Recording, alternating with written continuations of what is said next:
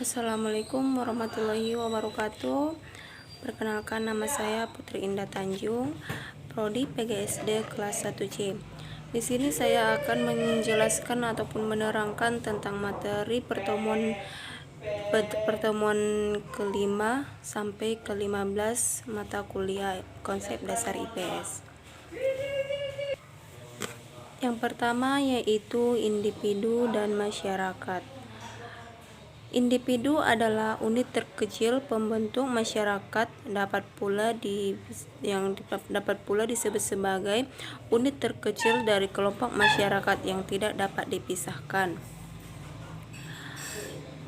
Unsur dari individu dan masyarakat yaitu jasmani dan rohani, fisik, raga dan jiwa, unsur masyarakat, golongan sosial, kategori sosial, dan kelompok dan perkelompokan. Materi ke-6 di sini yaitu lingkungan keluarga. Lingkungan keluarga adalah lingkungan pendidikan yang pertama dan yang paling utama bagi hak yang memberikan tuntunan. Yang kedua, lingkungan sekolah. Lingkungan sekolah merupakan lingkungan utama pendidikan siswa-siswi, guru, administrasi, hidup bersama dan melaksanakan pendidikan. Kemudian pembahasan selanjutnya yaitu inti masalah ekonomi.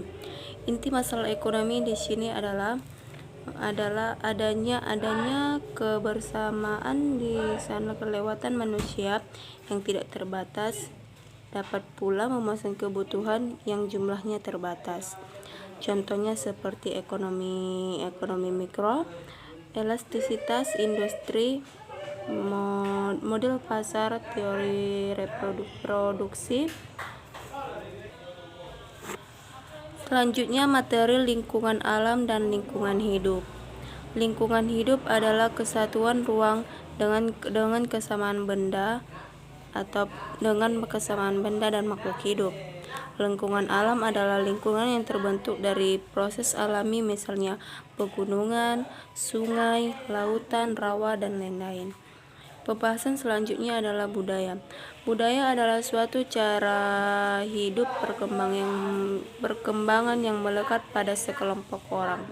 Ada 7 unsur budaya. Yang pertama yaitu sistem bahasa, pengetahuan, organisasi sosial, penata hidup dan teknologi, ekonomi, religi, dan kesenian. Yang selanjutnya yaitu materi tentang konsep dasar ilmu politik dan pemerintahan. Ilmu politik adalah salah satu cabang ilmu sosial yang berdampingan erat dengan ilmu sosial lainnya.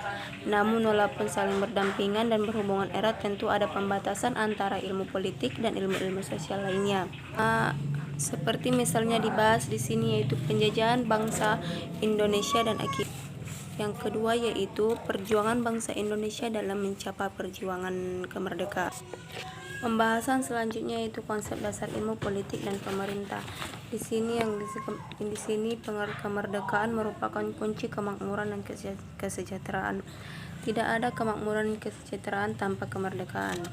Karena di sini hasil perjuangan darah pahlawan diplomatirkan kemerdekaan pada tanggal 17 Agustus 1945.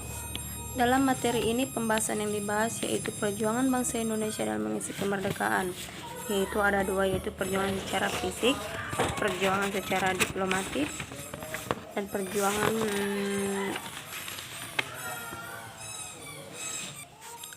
selanjutnya konsep dasar antropologi. Konsep dasar antropologi adalah salah satu cabang ilmu pengetahuan sosial yang ingin mengetahui tentang budaya masyarakat etnis tertentu. Antropologi lahir atau muncul berawal dari keterkaitan orang-orang Eropa yang memiliki ciri-ciri fisik, adat istiadat, budaya yang berbeda dari apa yang dikenal di Eropa. Dalam pembahasan ini yang dibahas yaitu tentang mendeskripsikan unsur-unsur kebudayaan, mendeskripsikan kebudayaan Hindu, agama Buddha, dan agama Islam, dan mendeskripsikan budaya Barat. Pembahasan selanjutnya yaitu makalah konsep dasar psikologi sosial. Psikologi sosial merupakan salah satu cabang keilmuan psikologi yang tidak hanya menjadi mata kuliah di Fakultas Psikologi, tetapi juga di fakultas lain, khususnya yang mempelajari interaksi antar manusia, beragam dinamika dalam interaksi individu, antar kelompok, individu dalam kelompok, pengaruh kelompok terhadap individu, sehingga kondisi lingkungan merupakan fokus kajian psikologi sosial. Dalam pembahasan ini yang dibahas yaitu mendeskripsikan sikap hidup masyarakat yang diharapkan. Yang kedua yaitu mendeskripsikan aneka ragam suku, bangsa, istiadat, dan pembauran di Indonesia. Selanjutnya yaitu konsep dasar sosiologi. Konsep dasar sosiologi. Manusia merupakan makhluk sosial, dimanapun berada tidak pernah lepas dari berhubungan sesama manusia lainnya, baik secara langsung maupun tidak langsung. Dalam pembahasan ini yang dibahas yaitu mendeskripsikan tentang lingkungan alam dan mendeskripsikan lingkungan budaya sosial. Selanjutnya di sini yaitu konsep dasar psikologi sosial. Konsep dasar psikologi sosial. Konsep dasar psikologi sosial merupakan interaksi sosial manusia di masyarakat, baik itu antar individu dan kelompok ataupun antar kelompok, memiliki respon kejiwaan. Psikologi sosial merupakan keilmuan yang mempelajari tentang hubungan antar manusia dan kelompok pada lingkungan yang dipengaruhi dengan perilaku manusia. Dalam kehidupan bersosial terkadang ada kalanya kita mempunyai hubungan yang tidak baik dengan manusia lainnya. Di sini masalah yang dibahas yaitu tentang permasalahan kota dan desa.